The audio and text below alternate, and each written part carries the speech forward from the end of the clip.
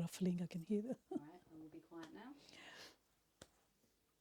Mr. Joshi, Mr. Chandrakant Joshi, may I first of all say thank you for your valuable time. You're welcome. Brilliant. My name is Kamala Sharma, and I am one of the person who's going to have a chit chat with you. Okay, please introduce yourself. My name is Chandrakant Joshi. I live in Eastleigh, Bishopstoke, and I originally came from Uganda. So when did you come from Uganda? In Uganda, I came in 1972 when Idi Amin announced that all the Ugandan Asian, which is holding a British passport, has to leave the country within 90 days.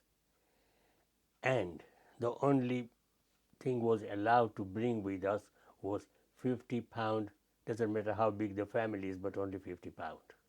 And I came here with 50 pound in my pocket. So who did you come here with? I came with my wife and my 2 children, which were 5 and 8 at the time. So, How did you manage with 50 pounds then? well, thinking about back in Uganda, 50 pound, you think that, oh, it's so much shilling, like you compare with rupees, yeah? Oh, 1,000 shillings should be all right. But then when I came here and just going around shopping, window shopping and all, you can't buy a decent suit for 50 pound. So I said, that's no good. And so that's how it happened. But when we left Uganda, we had to cross about 18 army barriers to get to the airport. And at the airport, we were thoroughly checked, pockets and everything, before we go onto the plane. And before that, we had to queue up to get the visa from the British Embassy. So that took quite a bit. Your name appears on a paper, and then you go and collect your visa. And after that, anyway, we ended up in a plane, flew from Entebbe Airport down to Khartoum, which is another hot country, and from Khartoum to Stansted Airport, London. So when we landed in Stansted Airport in London, October, sleet and snow, which we've never seen it before, and we were not even geared up for that kind of a clothes. So the arrangement was done by the British, was very good. We were provided with the refreshing. After the refreshing, they gave us warm clothes and all the requirement. And then we ended up in a coach with our luggages and all that, not knowing where we're going. So the coach carried on from Stansted Airport, and we ended up in Yeovil, Somerset.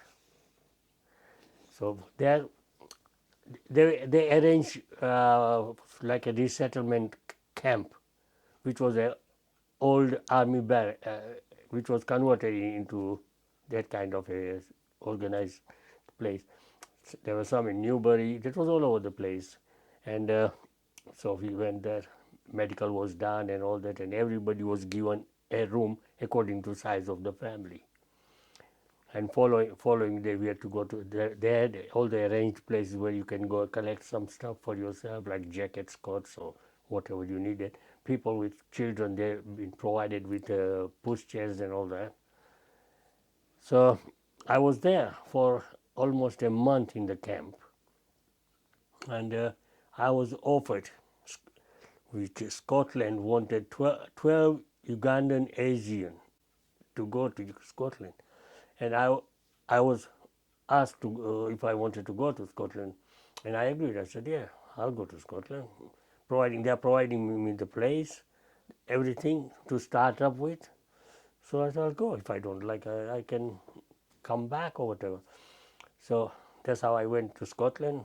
So many people came to ask me why I'm going to Scotland, because they kept on telling, go and see Mr. Joshi, he'll tell you why he's going to Scotland. So they kept on pushing to me.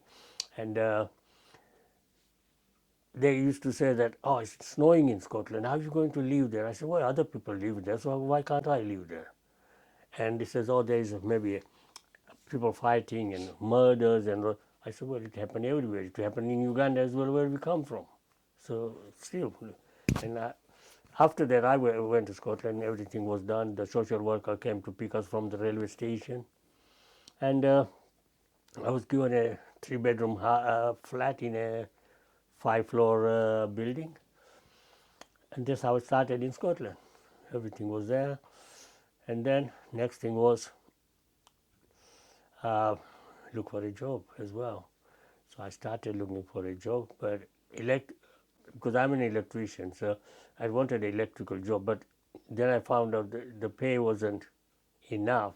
If I take that job, I will lose the other benefits, like housing benefits and all that. So I didn't take job. And then I took a job as a machine operator, which is 4 on and 4 off 12-hour shift. The money was good. Comparing to the electricians was 22 pound, and the job I took was 45 pound a week, but hours was longer, and I worked like that for over a year there, and then my brother-in-law came a week later in UK, and he was in a camp in Newbury, so he was given a place in Natalie in Southampton, so he moved over here, and I came to visit him because I didn't know many people up there, only no friends or nothing. So I was feeling a bit lonely up there. So I thought I'll come and visit and see how the place is. So I came here and saw him, and I liked the place. So I went back, resigned from the job, packed everything. I sent my wife and kids to Leicester because my younger sister was in Leicester at the time because she came before all this thing happened. And I moved over here, living with my brother-in-law. Started looking the job again, and applied for a job in one place, and I got the letter saying I'm overqualified for their requirement, so I didn't get that job. And then there was a bakery called Lomans in Portswood, which I applied for a job there because they wanted an electrician, and this time I made clear to them because I was talking to them on the phone that I'm an Ugandan Asian, so they know that who I am. Because sometimes you go to a place and what they say, look at you and say, oh, sorry, the job is taken over by the internal staff, so you don't get the job. But he said, no, whatever you are, as long as you are an electrician, come for an interview. So I went, and I didn't know where Portswood is because I was in Natalie, and Itchen Bridge used to be a floating bridge in old days. So get on that, pick the taxi from the other side, go to the bakery, and saw this guy. He was an engineering manager. Interviewed me. In Uganda, back in Uganda, I was working with a cement factory. Now, cement factory and bakery, there is no comparison. In a cement factory, the electrical motor is about 600 horsepower, and in a bakery, it's 60 horsepower. So that's the difference. And when he saw my previous reference for the cement factory, he told me straight away, when are you starting? So I said, whenever. So 2 days later, I started the job, the bakery. And then I was looking for a place to live so I can get my wife and kids back here. And at that time, Derby Road was very popular, you know which way. So my manager didn't want me to go and rent a place in Derby Road because of the area. And he says, you're not going there. So they had a cottage next to the bakery. They refurbished it, put everything in it and a bit of a furniture and all that, and offered me a place to live next to the bakery. So I started living there. And when I started the job, I was doing 56 hours a week. Can you imagine the home take? 28 pounds. And still we used to save it from 28 pounds because a small packet of sugar used to be 4 pence. go and get the chapati flour big bag from Ram store was 2 pound, 2.5 pound now, which is about 80-20 pound now. I used to smoke in those days, and Benson and Hedges cigarette, 34 pence, it's now about 15 pound. So that's the difference. And I carried on working with that bakery, and because the children were growing up, the I had more sort of a points because being a girl and a boy, and we had a 2-bedroom cottage, so they can't live together because they're growing up. So I applied for a council place as well. So I got an offer for council place in Thornhill. So I moved in Thornhill, and I was living in Thornhill, working in the bakery, and then the bakery, because it was in a residential area, they decided to close it. So I got transferred in Eastleigh, a bakery called Manor Bakery, and price is with it same. So I started working there, and did 31 years with them, and then retired after that. It was nice. 2 weeks at home, like you're on holiday, but after 2 weeks, what I'm doing now? You start scratching your head, what to do? Because it's all right, 2 weeks holiday. What? Then I thought, no, I got to do something.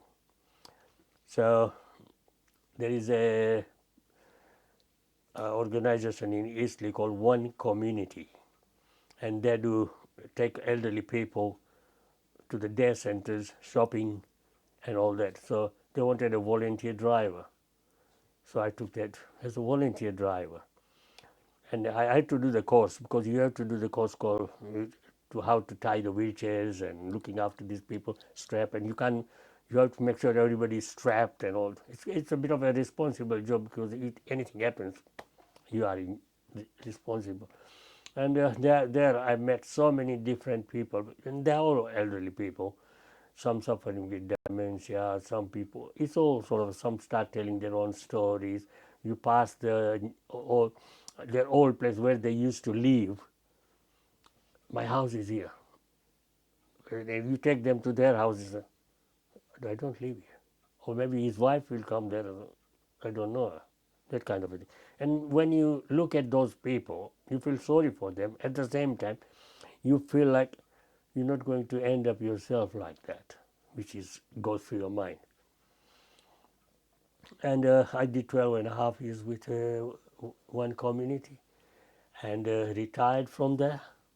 And they made me a friend of One Community. So if they got any AGM or any meeting, I always get an invitation from them. And there is another thing we are running in Eastleigh called Asian Welfare Culture and Association, which we got quite a few members, and we involved in doing community meal, Eastleigh Mela, and all that kind of a thing. So that's what I'm a member with now. But Joshi, can I just take you back to, when you say you're born in Uganda, Yeah. can you tell me a little bit more about that life, like maybe your education, you're growing up there, Tell me a little bit more about that. Okay. Now, when I was in Uganda, where I was born in Uganda in 1941, and I studied in Uganda, playing around with kids and climbing the mango trees and picking the mangoes and take some chutneys and all that with you. And in school days, we used to smoke cigarettes in hiding, so the parents don't know that you are smoking. And you take this eat mangoes and all that before you get home, so you don't get the cigarette smell. And after the school, I did my apprenticeship with Ministry of Work, which is used to call PWD, which is a Public Works Department, and that's where I did my apprenticeship as an electrician. Passed my course, then joined the cement factory, and I worked with the cement factory I was there till I left Uganda when we had to leave Uganda. So on that same note, can I ask you, what was the most difficult part of leaving Uganda? And the difficult part of leaving Uganda was we had to leave all whatever belongings we had. Nothing was allowed to take. Me and my three friends, we used to have cinema as well. While we were all working, but we had our own cinema, and we had to leave cinema as it was, with everything, machineries and all that in it. So that's the thing was difficult. Did you miss the cinema when you came to Yeah, England? missed the cinema because I started there in that cinema as a projectionist, and then ended up buying the cinema with my friends. That's how we got the cinema. How much was the ticket? Tell me. Ticket was I think two and a half shilling. Yeah, two shilling and 50 cent. Yeah, and we used to have a chart in front of us where you mark the seats, and you ask you where you want to sit and all that. That was quite good. And sometime, because it was so like a family thing, we certain customer, because if they are running late to come to the cinema, we used to wait till they come, and then we give a sign up there to the projector person to start the film. So that must be really nice for the and all the Asians around you, because that was probably the only entertainment place that they could go and also meet up. Is that correct? Yeah. That was all the Bollywood movies, English movies, we did both. And we used to do like a for the ladies Janana show. So it's all ladies goes in there. And we had a temple, so we used to go to temple, Navratris and all that, because we don't see like that in here, what we had there properly, because I play tablas. So we used to sit in the middle and sing and play while everybody is playing around. And we had mandir and a big hall there. And that was something, I was always anyway interested in music and all that. So when you came did you come straight after Scotland? You came straight to Southampton then? Straight to Southampton. And then you stayed here in Southampton. Yeah. What did you face any challenges in Southampton when you came? Challenges were in the beginning, like looking for a job, but then it didn't take me that long. Within a month, I got the job in the bakery, and that's it. And that job lasted forever till I retired. So did you have any language problem? Not at the time. Yeah, a bit difficult in Scotland because the way they talk up there, and I was finding it till I got used to it. It's like being in Yorkshire as well. It's the same thing. Because one person asked me, "How many VNs you got?" So I go, "VNs?" Then I found out it's the little ones. So learning English again, isn't it? Yeah. That's right. It's like talking to Burmese. It's same thing, isn't it? I just think it's very interesting. So your parents actually came from India. India to Uganda, yeah. So the parents came to Uganda as well. Yeah. Okay, so they were there first because at that time there's so many people from India going to Uganda while during the British Raj, doing the railways, and then after they did that, they've been offered a British citizenship. So they took British citizenship and they started opening their shops. So most of the business in Uganda was run by the Asians, like the factories, like sugar factories, maybe it's well known Madhwanis, and there was another sugar factory, cotton ginneries. My father was a manager in a ginnery where they do the cotton, separate the seeds and the cotton, and those cottons used to be baled and sent to India for making clothes and all that. Bombay, we used to have, because I remember they used to put signs on it, or address on it, where it goes. So it used to be taken to the railways, and from the railway goes to Mombasa, from Mombasa into the steamer. did any of the ladies ever worked? Or did they have? No. None of, maybe odd one like a secretary or something, but none of them were all proper housewives. And we used to have servants as well working for us in Africa, in Uganda. And there's somebody there will wash your car, there's somebody that's already iron your clothes and all that. So we used to have about 2 people working for us. And I think when Asian left Uganda, I think so many people, African people, became jobless because all these, they're working for Asians. And factories were all Asians, soap factory, oil mill. So So when you came to Southampton, yeah, did you initially face problem like maybe going to do some shopping because, like you mentioned earlier, there's only one Ram store. Did you get everything that you wanted? Like maybe the ladies wanted clothes. Could they get clothes here? no, not many, not like places like Leicester or Wembley or Southall. That's the main thing. When they have a trip to that way, they buy their clothes or what is required. But in Southampton, maybe there was an old shop selling just a normal standard things, not many choice in it. There were, I think, but no, not that many clothing shops in. And was there a cinema in Southampton? There was the cinema in Southampton. There was one in Shirley called Atherley Cinema. They used to do midnight show as well, and we used to go there. Classic, which was in NABC. There are three cinemas, and well, Mayflower, that was a cinema originally. Then it became into the Mayflower. Yeah, we used to go every Sunday. And when we first came, even in Scotland, I used to go to the cinema because we came from Uganda. We were invited free film shows for us, and we used to go there. So there, yeah. How about radio? Radio, no, there was only one radio. I don't think that started with late sunrise. This is not in Southampton, No, was that it? wasn't Okay. any in Southampton. No, it's only there was before Unity 101 came. There was other organization running the radio. Art Asia was doing it as well, but then something happened and they closed, and that was it. And now Unity 101, I think everybody listens it because it's 24/7. So I'm just going to go back to the music again, yeah? When you said about the radio, so how did you entertain yourself besides going to the cinema? You know, because obviously we didn't have a radio station like you said here in Southampton. But how did you miss the music?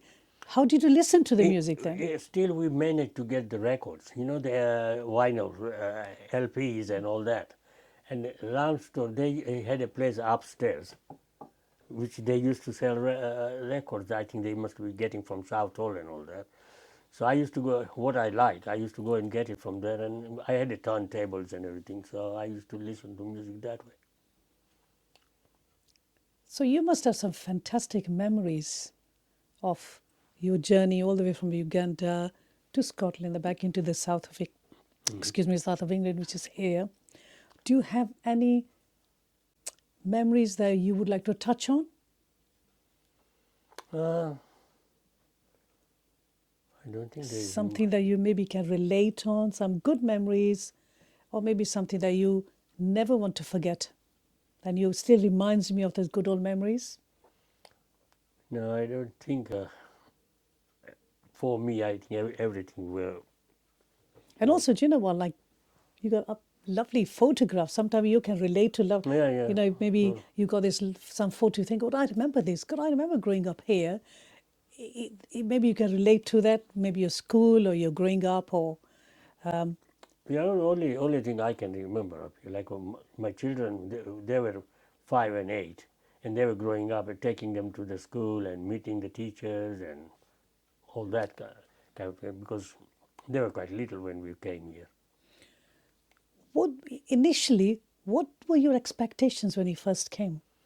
Well, when I was in Uganda, my father wanted me to come and study in UK, and I said no.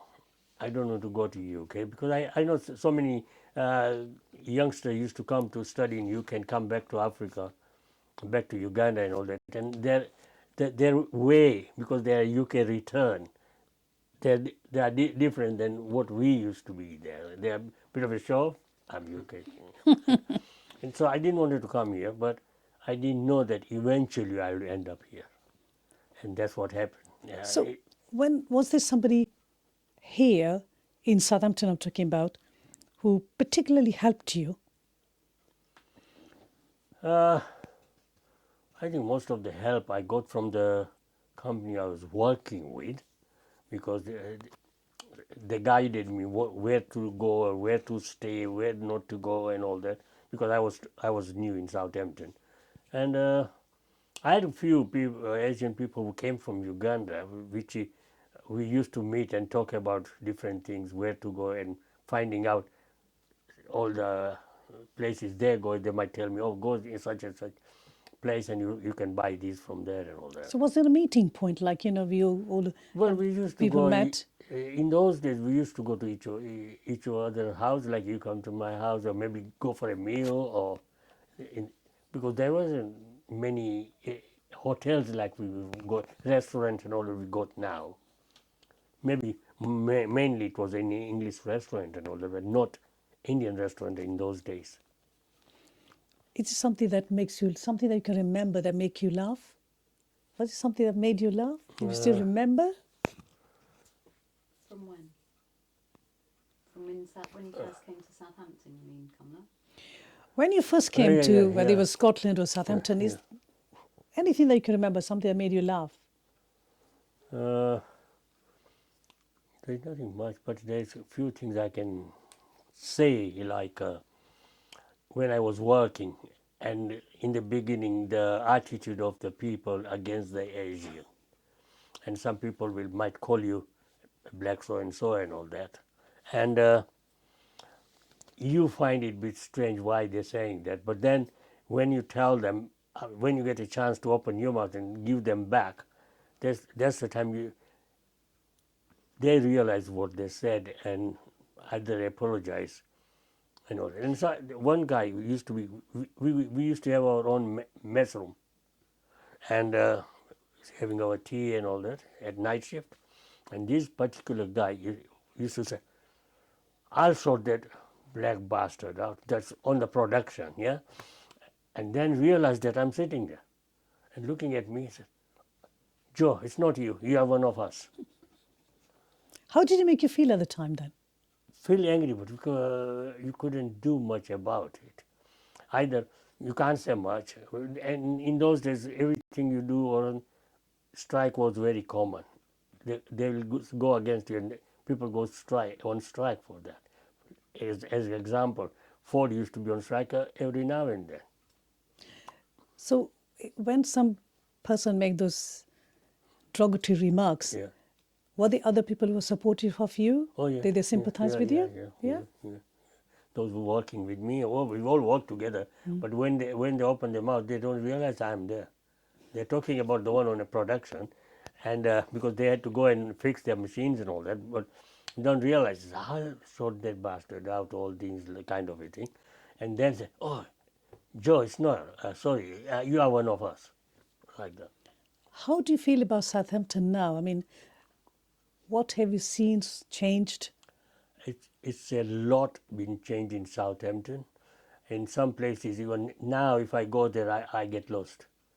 All the buildings and all the at the bottom of Southampton, towards the pier and all that, it's all changed a lot.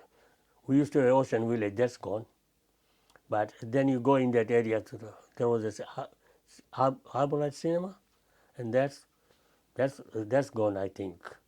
The other cinema we used to go, have Odeon, that's gone now.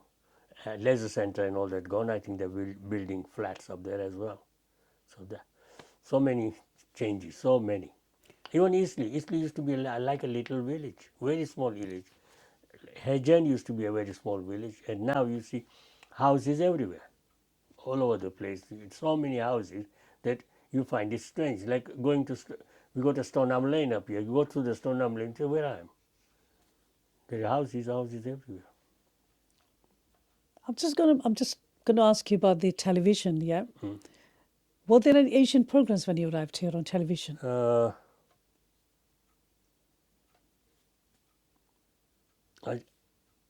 I think no, I don't think there was one. No, and when I came, it was all black and white televisions as well. So I don't think there was any. I think everybody relied on going to the cinemas. But since the television come, people less goes for the cinemas. I'm just gonna take you back a little bit. Okay, when you arrived, yeah, what would you say that they needed to know? Generally speaking, if you could speak to yourself, yeah, what do you think they needed to know? Well, when we arrived, the the way the things was arranged at the time by the government for what we required for the clothing, and because we are not ready for did not what kind of weather is going to be here, because we never had a pullovers and jackets and all that in Uganda, because it's a hot country all the time.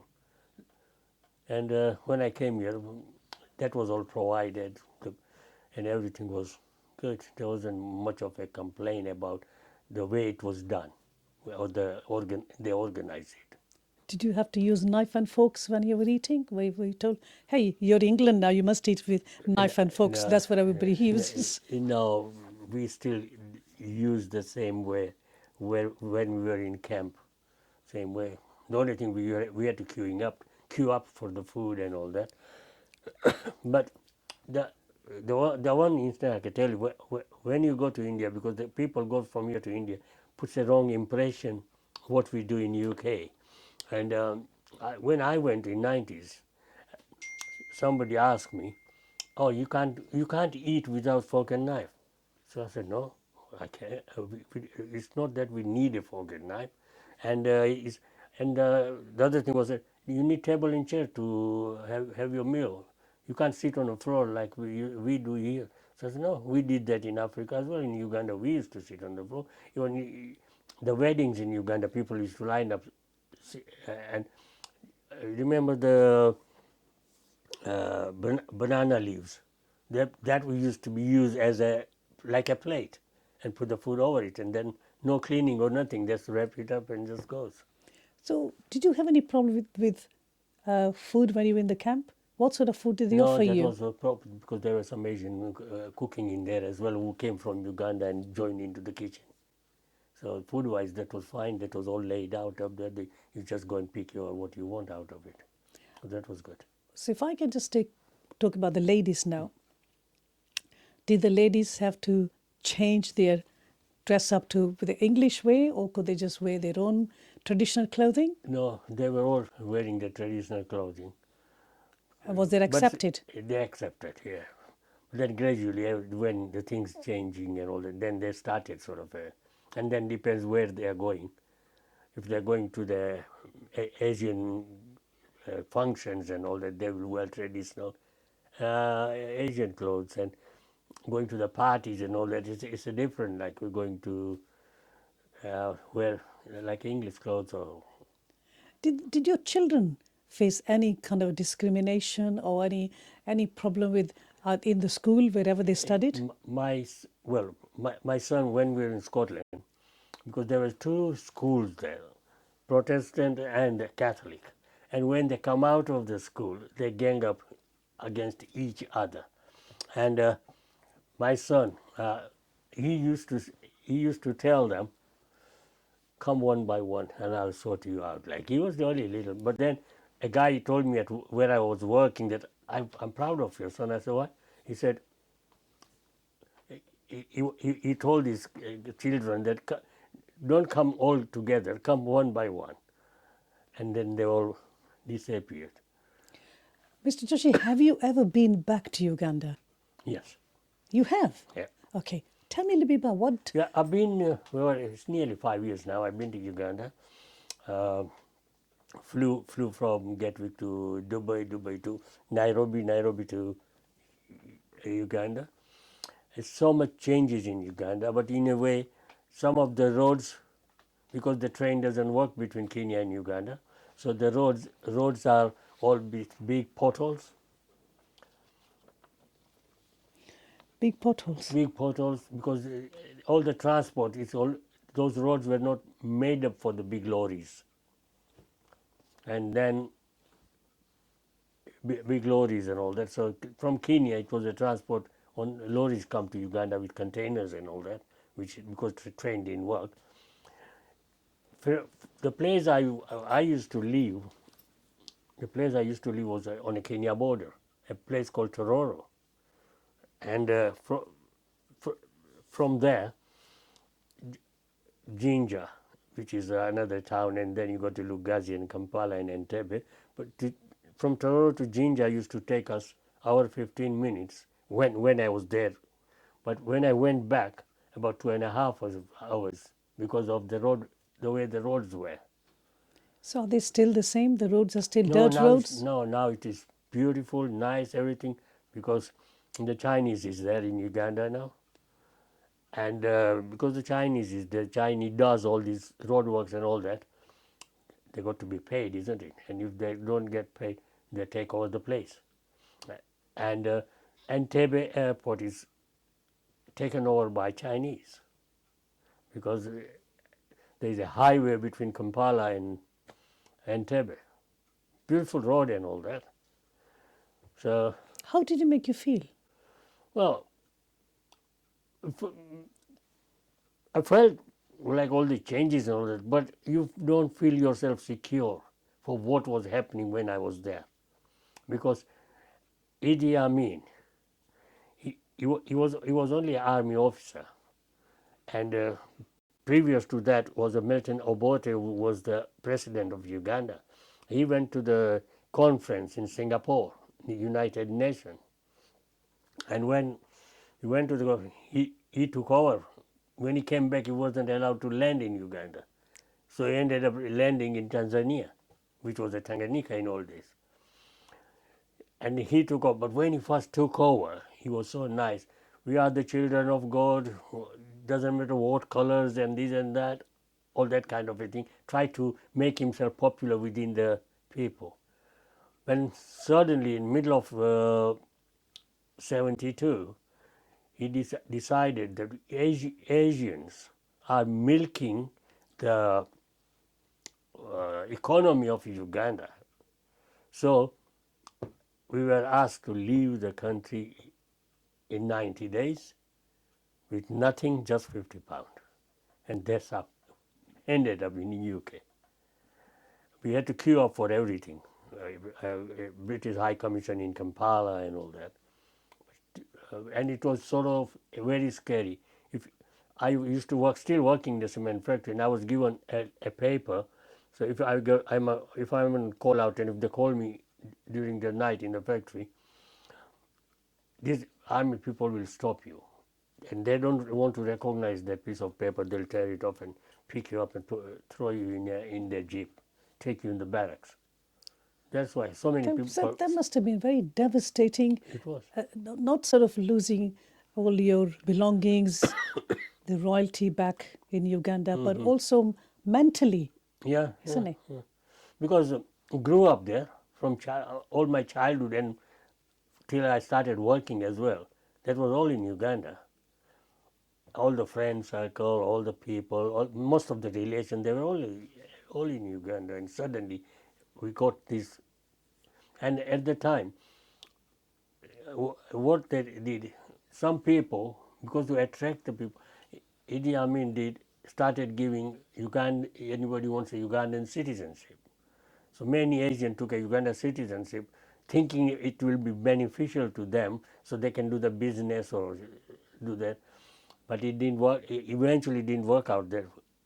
When we left Uganda, those with the citizenship, they stayed back, and we came here. But after all, there was a color difference, isn't it? You got a Ugandan citizenship, but you are not a Ugandan. So these people had to leave as well, and they were taken by the United Nations. So they ended up in Austria, Canada, that way. And some of them, like my sister-in-law, she had a British passport. Her husband had a Ugandan citizenship. So she ended up here, and he was in Austria. And took about 6 months for them to get together. So it made many people's life difficult as well. Yeah, that must have been really very devastating if they have children, isn't it? Yeah, yeah. Because then you're torn apart, Yeah. and the children must have felt. How did your children feel then? They must, obviously, they've been through all this Yeah. journey But of I life? think at the time I don't think there was so much. They were still young to understand. Yes, yeah, because my son was 8, and Chaya, my daughter, was 5. But they were getting on well with the other kids and all that. When I came from Scotland to here, my son he used to speak proper Scottish, and children used to gather around to listen to him. Why and all that. So it was quite. He became like a Scottish boy because. Well, I had a guy who used to work with me on the production line. He was from Scotland, Asian, Punjabi guy, but he speaks like a Scottish, and they named him Jock. Jock. Should we just pause? To stop it. I do a pause, it's fine.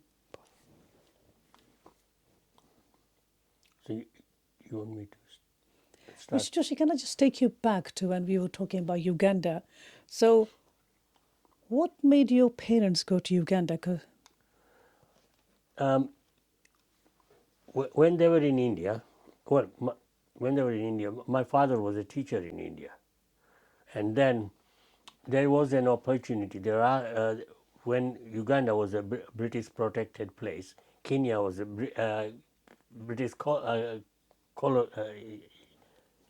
and because of that, they wanted people to go and work for them, recruiting the people from India to take them there, do the railways and all that. And that's how my father ended up. Once he went on his own in Uganda, and then when he settled down up there, then he got my mother, my grandmother, my sister, the one I said she passed away. She was about 6 months old at the time she came to Uganda, and once all these works were finished, they all started settling down in Uganda. Some opening the shops, some started building the factories, like sugar factories and all that. Some of there are a couple of sugar factories still now is running, which is well known. The people are well known by the public. And one of the film stars married one of the Madhwanis, Mumtaz. Did your dad work there or did he have a business? No, he always worked there, and he was working with one of the Madhwani's factory, which is a cotton factory, and he was a manager there, and he stayed as a manager all his life. What about your brothers, sisters? My I don't have brother. I have 3 sisters. My older sisters was in Uganda as well, and they had their own shop, and there were 2 brothers running their shop. But the younger brother, which married my sister, he was a teacher. So, what kind of shop was it? Like a general store, like Grocery? grocery, vegetables, and all those dals and everything. Okay. Just like a general store. And they were running you running as a family business? Yeah, family business. Did you ever go and help them out Well, in the shop? in the beginning, I used to live with them because I was about 12 years old when my mother passed away. So I had to go and live with my sister when I was studying there in their place. And so I always stayed with them till I grew up. And then my father, when he retired, then we started staying together. We had our own property as well in Uganda. I'm just going to ask you about that. So, whereabouts, what sort of, was it a big house or? A big house. Mostly the house is like up there. It's a shop in the front, and at the back it's different rooms, and end up with a kitchen and toilets right at the back. That's how most of and they had a side door as well, so you can go out from the side. So most of the houses with shops in front, they were all like that. And when I worked with the cement factory, the house was provided by the company. So I stayed in the company's house in Uganda. Now, so why did you leave then? Why did you leave Uganda? The reason I left Uganda, I was pushed out of from Uganda by Idi Amin saying, uh, we are Asians milking the economy of Uganda and they don't want Asians to stay in Uganda anymore. So we had to give one 90 days notice to leave. So was this regime under Amin's Yeah. and He called himself Idi Amin Dada, the conqueror of British Empire. That was his title. And there was another tribe which Melton belongs to Melton Obote. Any people with Melton Obote, either it's a judge or anything, he used to create an accident or kill the person and all that. He used to keep their heads in a fridge and all, and he used to eat a bit of meat out of it before the evil things to get rid of the evils. so how did you or anybody else who was at a time in Uganda under his Amin's regime feel or felt? I think the other it's two ways of looking at it. Many people are happy when they came here, and they're praying for Idi Amin because of him doing that.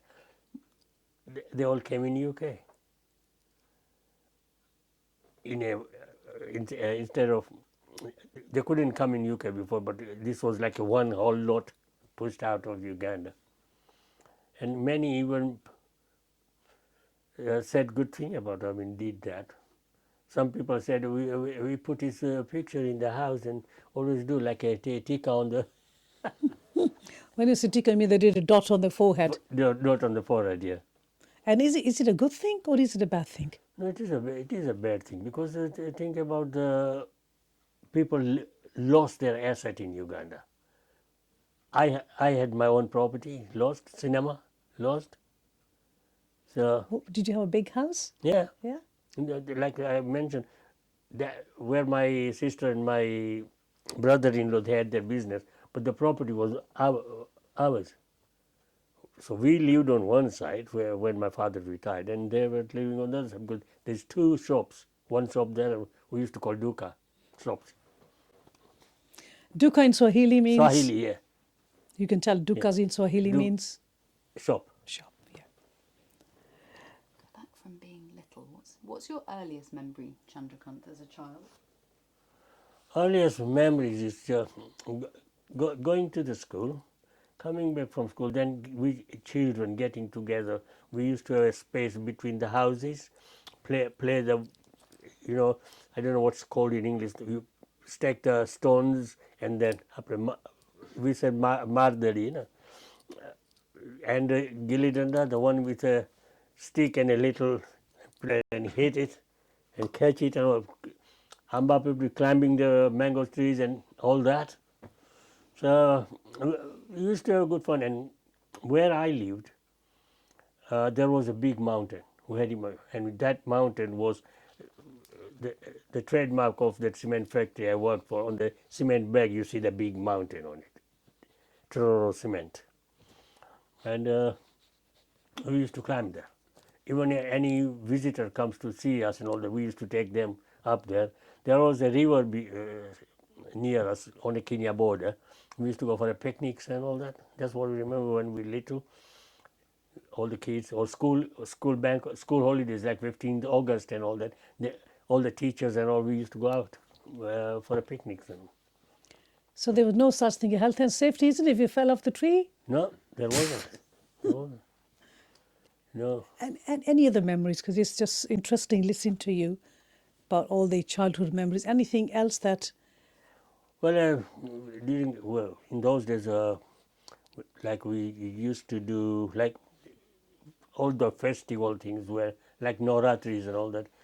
We used to have, like an afternoon. There used to be mainly ladies doing the afternoon. In the evening, it's all people, young, old, and we used to sort of do the garbas and all together, like ladies, or in a couple, playing dandiya, stick dance or whatever you call it, like, and So Garba is a religious religious, function, yeah. isn't it? Which And Holi, we used to do Holi as well, which you light the fire. Uh, but we used to go collecting wood from the people, like old boxes, wooden boxes, and all, and use it as a like a bonfire. bonfire. So Fire, when you yeah. say you collect wood from the people, did they have a fire at home, like the No, wood because fires, the or wood, like most of the stuff they used to get from for the shops and all that, it used to come in wooden boxes. So we collect those empty boxes and use it for lighting the fire, like a bonfire. And then you should throw the coconuts in there and go around, and people try to take the coconut out of the fire, and that was good. And what we used to do, those people who used to refuse to give us wood, we used to make a flag of name on them and make a flag and put it on middle of that bonfire and set fire to that flag as well with it, is that your way of punishing them? Was it? in a way. Or anything else that you can remember, like besides all the struggles? Yeah. Anything else that you remember? There's a very fond memories you have. The only thing, the only thing I can remember, it was very scary when Idi Amin took over. It was very difficult to go out. Army used to be on the site all the time. You can be picked, even the police can pick you up without no reason, because you are not the same. And quite a few times, many things like that happen to the It's people. like a fear of life, Yeah, isn't fear it? of life. Feel Yeah, you frightened always for fear. yourself and your family. Yeah, because there was a time when I was still living in a company's house. I was on a night shift in the cement factory. My father was home, she was home, and the little one is home. This couple of African guys came round, a big cement block. They put it in a sack, like, and swing it and throw it against the door. The panel was smashed up, and they got in. You know the big knife, we used to call it panga? Machete. Yeah. Hit my father up here. And my father told her not to come out of the room. She locked herself in a room, blowing the whistle. And then took whatever they wanted, like televisions and all that. And I had a phone call saying that this has happened, so I had to come back home. And he was in the hospital there, holding his hand like that, bleeding. And that was There's a robbery. robbery. Even your car, it's not safe. They take your windscreen or something out and nick, like it's a radio cassette or anything. This was when Amin came into power, Yeah, was it? yeah, Before that you knew that you had to leave. yeah, yeah. So what was the period of time before you were made to leave? What was that period of time, the duration, and what was that like? Because I guess life growing up was fine and good and positive. And did you notice a shift then? In Yeah, people's you attitude? can feel it a little, because there is something is going, like normally we say there's something around the corner, like something is going to happen, all that. But, and when Idi Amin did the announcement, I was touring Uganda at the time. So I went around Uganda. By the time I got home, and that was, we must have done about 1,000 miles going around Uganda. And when he did this announcement, 90 days old, he did in the same town where I used to live. And that was it. And then people started panicking, or then some people started thinking that maybe somebody will step in, try to change him, which never happened. There were still people were expecting that he might change his mind, but he never did. And he started picking people and throwing them in the army barracks as well, and make you stand in a big barrel of water, like a punishing So you. there was a tension between the whole of Uganda then. Whole of Uganda. Whole of Uganda. Whole of Uganda, yeah.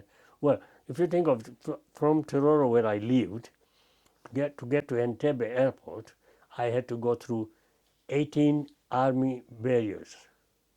And each barriers, they stop the car, look at your luggage, You have to take your cases out and they open and look at it. If they fancy anything, they will take it. What was in your luggage? What did you take? The luggage was closed, isn't it? Nothing much was allowed. The one, we sent some of the stuff by cargo. And when we got it here, most of the thing was gone out of it. They opened it up and took it. So, Was it something valuable? yeah, valuable, maybe, yeah, valuable. Some people even like some of the kitchen stuffs, like small stuff, you still will use it there.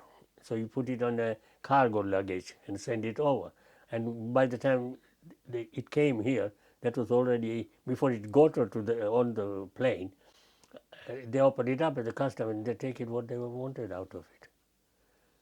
This was obviously in Uganda. In Uganda, yeah. Because even when I went to the airport, when I was bodily checked, and I only had 50 cents in my pocket. I said, this is what I got. But you know, before Amin, were you there at the time when the previous President Obote. Abote was yeah, there? I was there, I think, when Uganda became independent. When was that? I Which think year? it was in 62, if I'm not forgetting, which they used to call Uhuru. Yeah, like in Kenya, Jomo Kenyatta and all that. If you could just mention that Uhuru means independence. Yeah, Uhuru means independent. Yeah.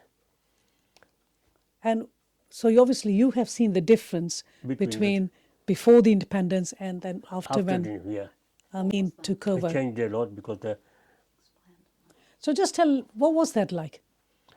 before the independence, because it was a British protected Uganda, so the laws were different.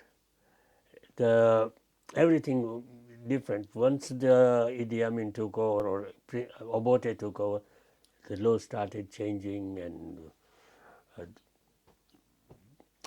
the thing they used to sort of look at the Asians the way, thinking that they are taking over Africans' job.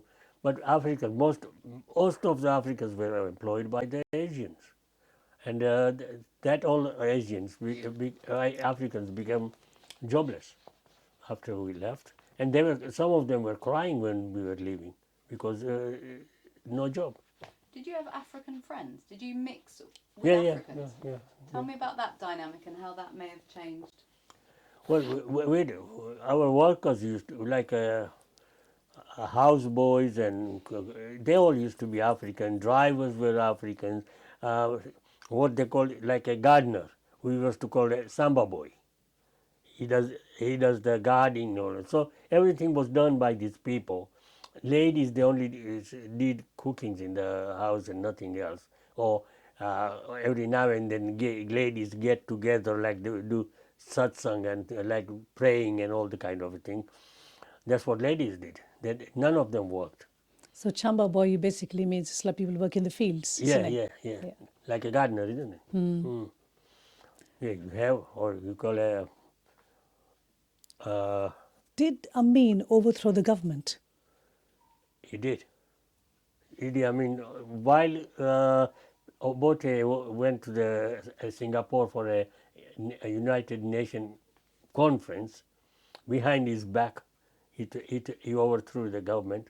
And when Obote came back, he couldn't land in Uganda. So he ended up landing in Tanganyika or Tanzania. So he never came back to Uganda. And then the things was, Idi Amin only looked after his own tribe. And it was like getting his own tribe right in from the West Nile, that part of area, and very sort of not educated people. And you just imagine giving the machine guns in hand of these people. All these barriers where we pass through, they are all there with the machine guns. Or hit you with the backside of the machine guns.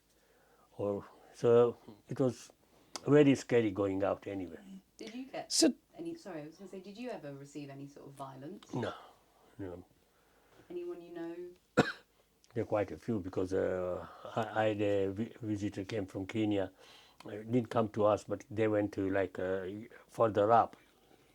And when they were going back, between Tororo and Kenya, there was a Kenya border. And before that, these people, they were beaten up by the back of the guns and all that. And then they come to us in where we lived. And the way they said, we came for some kind of a marriage ceremony or all that. We are going back by beaten up. Can I just ask, just the subject of the marriage, right? Now, tell me a little bit more about your marriage. Was your marriage an arranged marriage? Were you introduced? My marriage was an arranged marriage, and I arranged marriage, and it was sort of introduced by there is a girl there, and so that's how it was done. And she came to Uganda from Zanzibar, and the engagement was done in Uganda, and then I had to go and marry her in Zanzibar. From Tororo to Nairobi, from Nairobi flew the plane to Zanzibar, and got married in Zanzibar. And in those days, Zanzibar was a sultan, isn't it? Arabic country, a sultan. And then somebody called Field Marshal Okello came in Zanzibar and overthrew the Zanzibar government like a sultan. I think Sultan was living in Portsmouth quite a while ago. He ended up in Portsmouth from Zanzibar. Managed to get in his boat and got out of it. But now Zanzibar is a very nice holiday resort.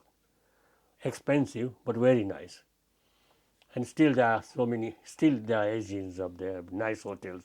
It's an island like Isle of Wight, but it's nice, very nice. How old were you when you got married? About 20, 22, 20. I was pushed into it. So if somebody asks, say, an elderly person, where are you from? What would you say? Say somebody asked you, Mr. Joshi, where are you from? Or Yeah. maybe somebody older than you. Yeah, the only thing I will say, I'm from Uganda, and then maybe I will explain the reason how I got here and all that, and tell exactly, and maybe the person might be asking me, maybe been in the same boat, like come from Uganda as well. Say an English person asked you Yeah. somewhere on the high, said, hi, where are you from? Yeah, and yeah, well, quite a few people has been asking me that, and normally I said I come from Uganda, and the answer will be, or not Idi Amin again, and that was the answer for. So the man is because famous still. Many people knew about Idi Amin. When people ask you that question, how do you feel? Is it sometimes people use it in a racist way, or you're fine if someone says, no, where are you really from? No, yeah, it's fine, yeah, because I don't think many will look at that way. I think they can gather it, because recently I went to the optician. That was another Asian who was doing my eye test. And the way I was talking, then he looked at me and says, where are you from? So I said, I'm from Uganda. And then he says, I gathered so, because I'm from Kenya. And he said, my parents are still in Kenya. So this the connection, is it? Yeah. Okay. So that's how I was talking, and he maybe noticed it, like the way we talk in here, like The accent and the way we speak, yeah? And Mr. Joshi, how are you connected? Are you still connected with India? Or have there any connection with India? No, I haven't got much of a connection with India, because I haven't got many in India now. The only person is my sister-in-law is in Mumbai, like I told you, in Chandivali, here, near the film city. So how Indian do you feel? Like, besides the connections, do you feel more British? Do you feel more Indian? More African? More... No, I think living here for so long now, it's nearly 50 years now, since we came from Uganda. And now I think naturally it's going to be like a British way of living. So lifestyle has changed Change, lifestyle change, yeah. to compare where you were Yeah, before. Yeah, lifestyle change. The behaviors are a little bit different than what we used to be in Uganda and all that. I just want to ask another question as well. If I'm not mistaken, I remember you saying, how was your journey like when you left Uganda? Did you come by train, by plane, and was it direct flight or was it by another country? No, when I left Uganda, got it on board at Entebbe Airport. On a boat, No, on board aircraft. aircraft, and from the town we lived, we traveled by car or by taxi to Kampala, and like I said, 18 army checkup before Kampala, So how long is the journey then from that point to 150 miles. But every barrier, they check your checkpoint? luggage. Is it a checkpoint? Yeah, checkpoint Okay, with those, barriers. and you have to open your suitcase and all that. If they prefer like anything, take it, go, and carried on like that. When we took off from Kampala, from Entebbe, after the custom check and all that, flew from Entebbe to Khartoum. Can I just ask you a question? Did they stamp your documents there? Whichever checkpoint you went to, they stamp your documents? No, nothing there. They didn't do anything like just check up what you're carrying with you, like your luggage and all that. Open it up, and they want to look at it, and if there's anything like see a nice shirt in there, take it. Okay. Or things like just they've been doing. Some, Sorry, how much did you have to pay for your ticket, or you were given a free ticket out? How did it work in that sense? No, I think no, we didn't have to pay for the ticket because it was all organized from here to pick all the Asians and bring them here. I don't understand the process though. So Idi Amin says you have 90 days to leave. Yeah. How do you even go Yeah. about just But when Idi Amin said that, then what happened? It started.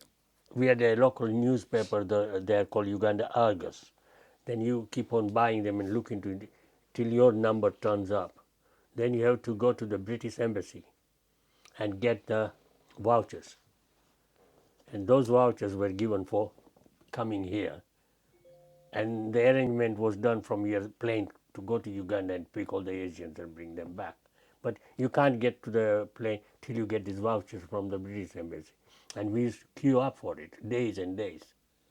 And then when your turn comes, you go in there.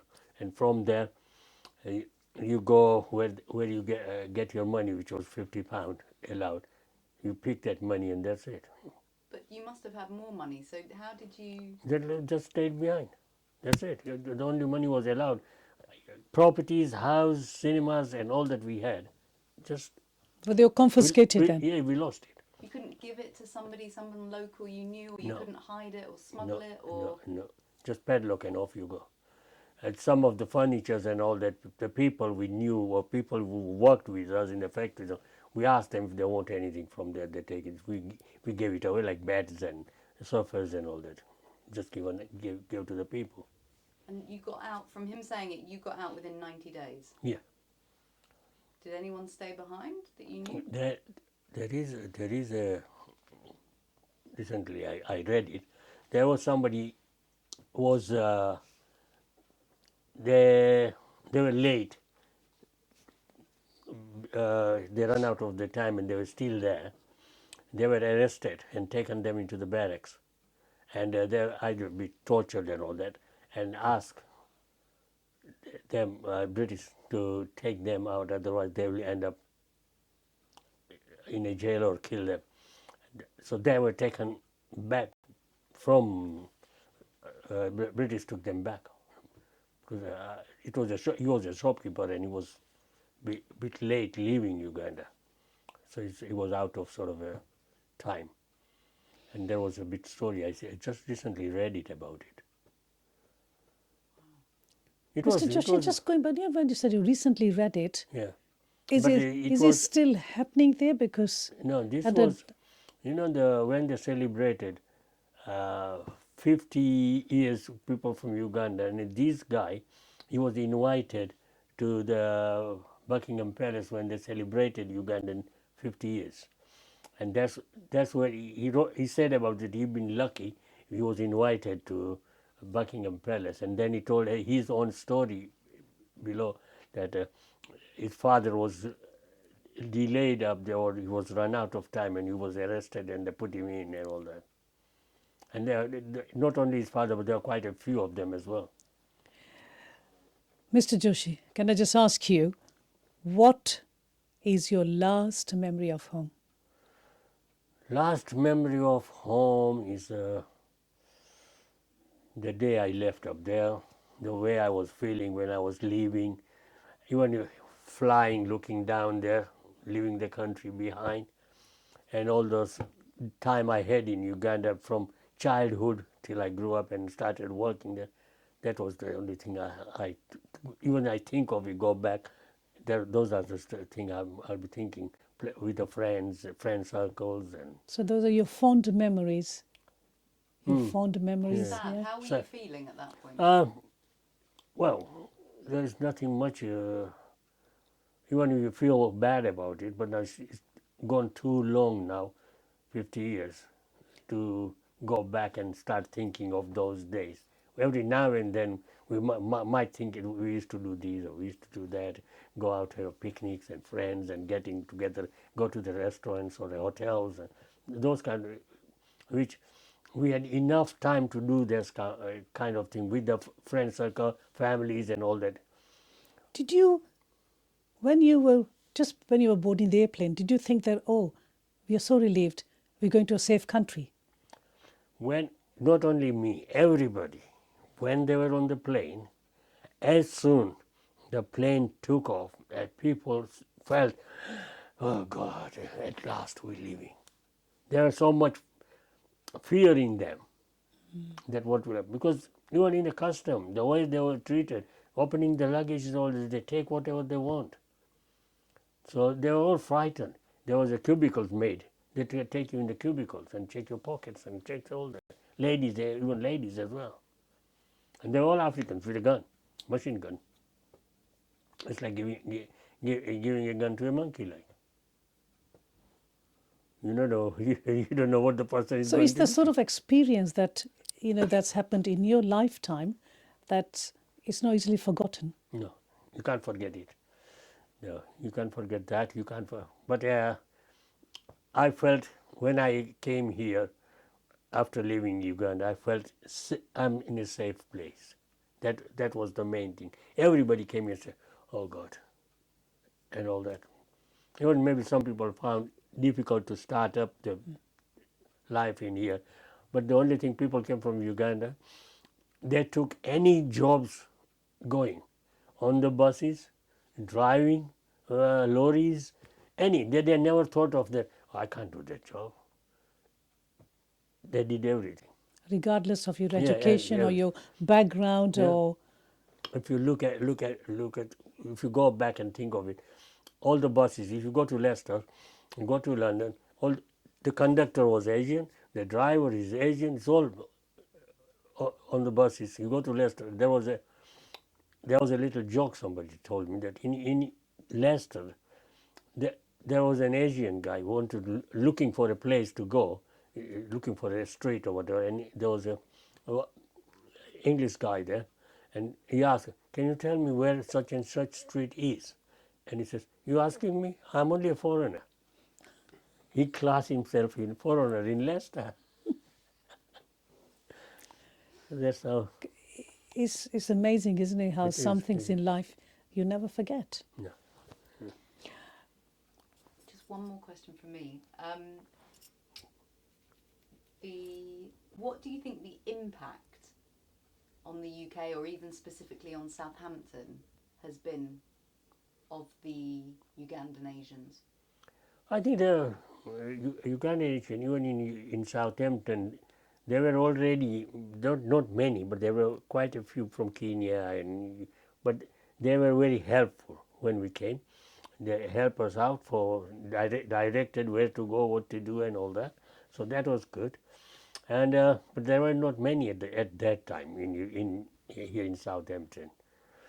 I can only remember people like Naresh Sanchotla and all them, and they were quite helpful. But and I didn't find much of a difficulty in Southampton going about and all that. But what impact have you made? The people, how have they changed Southampton? Well, in, the thing in Southampton, there wasn't a temple at the time, but then the temple was one of the church on what's the name of the road? I forgot. Northern. Yeah, Northern. There was a church used as a temple, and then eventually the fund was collected, people funded the play, and then the proper temple being built, which is there now. And now people goes there every evening for a prayer, weekends, or sometimes there is a food provided at the weekends. People go there, and quite a few gurudwaras and mosque. That's all been, which wasn't there when we came, because I think there are three gurudwaras, isn't it? 5, yeah. Mr. Joshi, can I just take you just slightly back? When you said when you came here, there were some people from, like say Kenya, Kenyan nations, and they were really nice and very helpful. Is it because they also they felt that this could happen to Kenya because so much tension in Uganda? Did they sympathize with you in that respect? Yeah, they thought that way as well. And sometimes, many people was living even Kenya, which they used to call it. They used to used to call it came by shuttlecock, which you get to the plane, come to UK, and then you're not accepted, go back again, and go somewhere else, come back here, and eventually they get a time to allowed in, which they used to call it came by shuttlecock. And I knew quite a few people came that way, but they had to go backward and forward and backward and forward. And when you said earlier about that you had to wait for the not the visa, but when you wait for a voucher, did you have to wait for maybe? Were you given a time limit, not just days? Were you given years to wait? Were you in a waiting list? No. Well, because when the announcement was made for us to leave, then this was arranged by the British embassy to sort out the vouchers for the people, and they kept on putting their number was given. So when your number turns up, you go to the British embassy, queue up there, get your voucher. Once you get your vouchers to leave the country, then you go to the money exchange and get your £50 from there, and that's it. How did you feel when you boarded the plane? Because you've never been on a plane before. No, I've been I've been on a small plane, like they take you for a round and drop you back. But yeah, that was good because that was the first experience I had on a plane. Were you frightened on a big jet? No, Were the children frightened no, or excited? Maybe excited. Excited. Yeah, excited. Because did they understand where they were going? Yeah, yeah. Did they know that they they'll? didn't know what UK is like. They were very little at the time, and well, I wasn't aware of how UK is going to be, or how I'm going to look into when I get here, or how I will feel about it. How did your wife feel about this? Uh, she was okay. Yeah, she was all right. Yeah. Arrival, life in the camp. So when you arrived, and then you had what was it like when you arrived in UK Yeah, and the life in the camp? Yeah, when I arrived in UK, the first thing was snow and sleet. So that was something strange for me, and freezing cold, and we are not geared up for it. So that was all provided by the social workers at the airport and refreshment. Then we traveled in a coach to the camp which was created, what is called a resettlement camp, and that was created in many places like Newbury's and all that, and people were put in different direction. Where were you? I was in Yeovil, Somerset, in a camp there. It was quite nice. The food and everything was okay. and till I was in a camp for about a month. Describe it. Camp means tents. No, it's like it was like a dormitories and all that, like a army barracks. So you had the beds and you had. Everything, Okay. metal cupboard where you put your clothes and all that in it, and all. It's all there. Common bathrooms. So That was cooking common. facilities and they Cooking were facilities, all, but very common. yeah, but they used to the food was provided ready, so we didn't have to cook or anything. Just that when the time comes, join the queue and pick your plate and load it like a buffet. So did any person there, besides yourself, have any problem with speaking the language like English? Quite a few of them, quite a few. How did they manage that? Especially elderly people. But then there is somebody to do the communication for them, or take them out, or wherever they wanted to go, because they had a place in the camp where you can go if you need any clothes or anything. It was there. That was there. You don't have to go anywhere. Everything was created in there. So how did they express themselves there? Because with it being the elderly in a very strange country where they couldn't speak the language, how did they express themselves though? I think normally they used to talk like if I'm helping them out, they talk in Gujarati or Hindi or Punjabi, whatever it is, and sometimes they were actually pleased because they were all frightened, you guys, considering their age and all that, and they were very happy, and they're praying for British government to do that for them. And be thankful Yes, for your yes, yes, acceptance. yes. And everything was provided. People with little kids, the pushchairs were provided, all that. And there was the huge unity. Did you feel that you were all united under this one camp? Yeah. Was it easy or hard living in camp? Because did you know where you were going? It was easy in a way because there was somebody there to communicate with you, like the staff working for the resettlement.